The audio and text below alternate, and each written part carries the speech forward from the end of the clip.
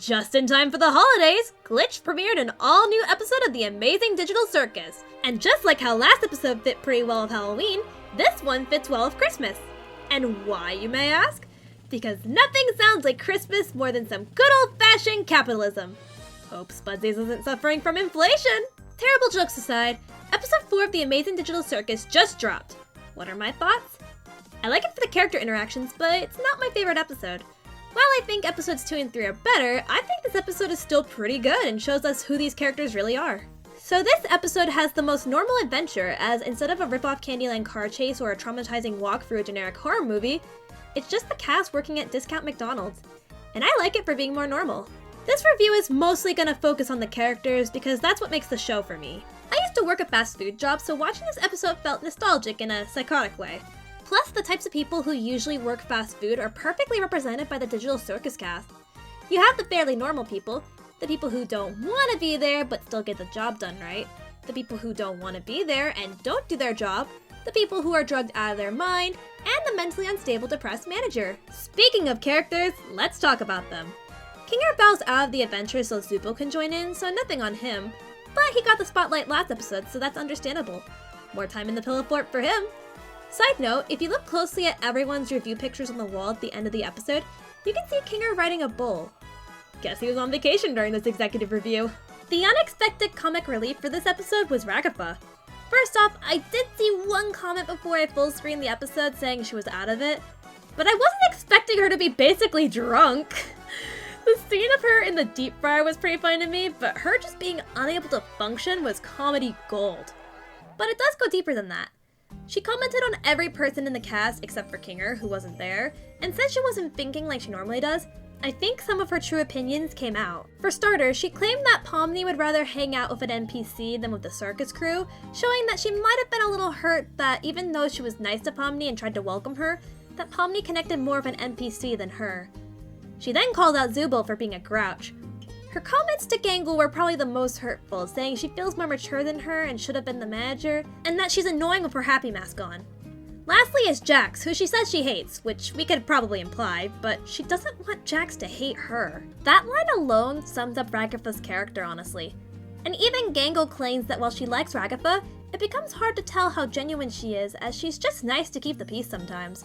Next episode, I believe, focuses on her, so it'll be interesting to see how it ties back to this episode. Jax was an interesting case in this episode. As Gangle was the appointed leader and had authority over Jax, he wasn't able to cause as much mischief, such as when he throws Ragatha into the deep fryer only for Gangle to call upper management.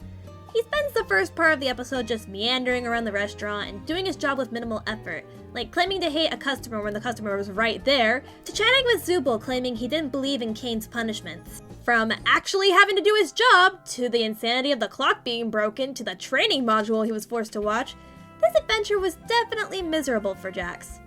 However, through his misery, I think we see the cracks in Jax's facade break a bit, shown when he's talking to Pomni.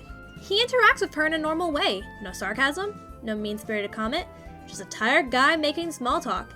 Even Pomni was caught off guard and a little skeptical at first. I feel like we may see this side of Jax more as the show goes on, and honestly I hope so. For how much of a bitch he is, I do see that he, like everyone in the circus, is hurting, and I'm hoping for some character redemption.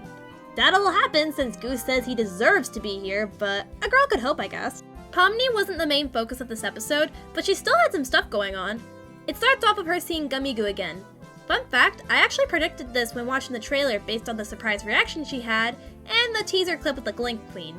She at first was shocked, only to slowly realize that it wasn't the same Gummy Goo she'd befriended in episode 2. And seeing that, while sad to watch, it was necessary. Caine isn't gonna let NPCs in the circus, and that's all they are, NPCs. Plus, Pomni had been learning to see the circus cast as humans, and was even comfortable hanging out with them casually. So while sad, she needed to let go of Gummy Goo. When Gummy Goo leaves the restaurant, she takes a moment to go up to him, only to thank him for eating at Spudsies and wishing him a nice day. And while she looked a little saddened after the interaction, this was her both physically and metaphorically letting him go. Then her interactions with Gangle were really sweet. After seeing Gangle scream into the abyss, #relatable, she talks to Gangle. Yes, she says, we're doing this again. But Pomni is an empathetic person who does care about those around her. She realizes that Gangle has issues and is hurting, asking her if she has someone to talk to. Her covering for Gangle's clothes and letting her go home early is a really sweet thing and shows her caring side. It's a culmination of her empathy shown with Gummy Goo in episode 2, and her interactions with Kinger in episode 3, where she is now able to empathize and provide solace to those in the circus. I feel like whether Pomni herself likes it or not, she's going to be in the position of providing an ear to listen to, and someone to help the Digital Circus cast through their issues. Speaking of NPCs, they were a lot of fun in this episode. We had the generic wooden ragdolls, like the one I thought was going to be a Karen, only to end up being a stupid sauce addict, and the one eating cereal in line. But then we have the reused NPCs, something I was expecting, as this is the perfect adventure to reuse characters as it's a more generic environment. Orbsman, while new to us and Pomni, is technically a reused NPC from before the show started. And while Goose and Glitch said that Orbsman is everyone's favorite character, I didn't really care for him. Sorry, Orbsman stans, he didn't really do much to stand out in this episode. I like the Gloink Queen in this episode more than in episode 1. She provided a lot of great humor by coming in and devouring the whole crowd, ordering 300 cheeseburgers, and even telling Ragatha she names all her gloinks, showing that she is a caring mother despite her grotesque appearance. The biggest appearance from any NPC was Gummy Goo. Ignoring everything from episode 2 about him having an existential crisis, he's a really endearing character. I liked him being nice to Pomni despite her being weird around him, and the fun interactions he has with his bandits. They also snuck in a pretty hilarious adult joke. Oh yeah, an adult toy then. Don't know about that one, mate. That joke proves that this show is not for kids.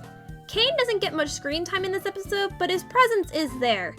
We start with seeing how he's still really hyper-focused on his adventures, from interrupting the gang in Zooble's room to forgetting the suggestions box. It almost seems like he has a god complex, which has been shown through past episodes, but here, Zooble mentions something really concerning. The only thing stopping Caine from severely torturing the cast intentionally is that he likes them. And we know that Caine can glitch out the circus when he's emotional. This can lead to some pretty unsettling things in the future. But I don't want to worry about that right now. I like how Zooble is getting more and more screen time each episode. They're not just someone who hates everyone and everything, they're just a person who doesn't hide what they think and care about the people in the circus who deserve it, i.e. everyone except Jax. I love Zooble and Gangle's bond in this episode, from Zooble offering Gangle a mask they found in their Zooble parts, to showing concern when Gangle seemed upset, to comforting Gangle at the end of the episode and saying they're friends. It's sweet to see the inter-friendships in the circus, something we don't see too much. I also love the parallels between Zooble and Gangle, as they're both trying to find something that feels good with their appearance. Also, Zooble being Ragatha's designated driver feels on character. Finally, there's Gangle, our focus character of the episode.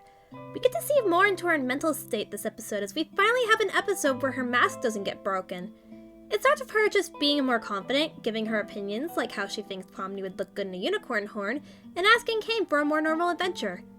But as she's put in charge, like she said at the end of the episode, she cracked under the pressure. I took a psychology class, and from what I remember from it, I believe Gangle has bipolar depression, as she constantly went from manic and zany to sad and depressed. She even says, "It's called a manic episode, and you're getting 3 more seasons." While the line is funny, I think it proves this. Since I don't have bipolar depression, I went to a friend I know does have it, and asked him to watch the episode to give his thoughts so that I can make sure I wasn't wrong in my assumptions, and this is what he told me. I can say that Gangle's portrayal definitely feels like an accurate representation of bipolar disorder, at least from my perspective and experiences. The hypermania she displays, while it could be interpreted as her masking her gradual loss of composure, does capture a very real symptom of the disease. Her almost sporadic mood swings are something I can personally relate to, especially the sense of not having control over emotional stability. The way she cracks under the weights of other characters' comments, despite trying so hard to maintain her own composure, mirrors how I feel overwhelmed by external pressures, especially during these heightened moods. What struck me most was how other characters react to her during these extreme mood swings. It reflects how in real life, you can often feel severely misunderstood or unsupported by those around you, even if you know that's not the case. I think the portrayal of her character resonates well because it captures not only the internal turbulence, but also the external disconnect that comes with that type of disorder. All of that said, I really think Gangle was close to abstraction this episode. Every time she was insulted, you heard a crack noise. Heck, after Ragatha insulted her, she just went to stand in the corner all sad, and when Jax went to talk to her, She looked like she was about to abstract before her watch beeped, snapping her back to reality. After Ragatha's comment, most scenes depict Gangle with lines under her eyes, as if she's tired. And after the store closed, the way the music and visuals displayed her, I think she might have broken if Pomni hadn't stepped in to close for her. Plus, there's the scene of her throwing her mask away and running, only to get hit by a truck. While visually appealing, I'm not gonna lie when I tell you I don't understand that scene well, so if you have an explanation, please leave it in the comments. I don't know where they're gonna go with Gangle from here, but hopefully she'll be okay with help from Zooble and potentially Pomni. There was even a post after the episode aired of a sketch Gangle made of her, Zooble, and Pomni in the restaurant. So I think she holds Pomni in a bit of a higher regard now.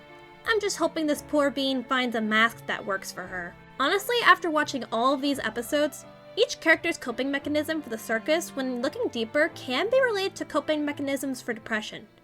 I'm no psychologist, but I have major depressive episode disorder myself, so I can sort of see the ways everyone deals with it. Ragatha doesn't want to cause trouble and keeps her true opinions to herself to keep the peace. Jax just tries to find ways to entertain himself, resorting to bullying. Zooble just doesn't deal with it and states their true thoughts and feelings. Caine has just about gone insane and tries to cling to the things he can still remember. Pomni is learning to deal with it in a healthy way, though still prone to anxiety. And Gangle tries to mask the symptoms, only for that mask to shatter. Once again, the Glitch team knocked it out of the park with the animations. From Gangle's manic mannerisms, to Ragatha's sloppy movements, to the scene in the street with Gangle. It was a really well animated episode. I especially love the environment of Spudsies. It really captures the feeling of being in a fast food restaurant. And the shots of the restaurant from the outside as we go throughout the day are also charming and very well lit. The last few episodes have been action-packed and adventurous, so being able to slow down and understand who these characters are was nice. All under the capitalistic guise of fast food worker trauma. I had fun watching this episode, and even rewatched it several times before writing the script so that I could understand it better. I hope you guys enjoyed my rambling on this episode, and let me know what your thoughts are in the comments down below.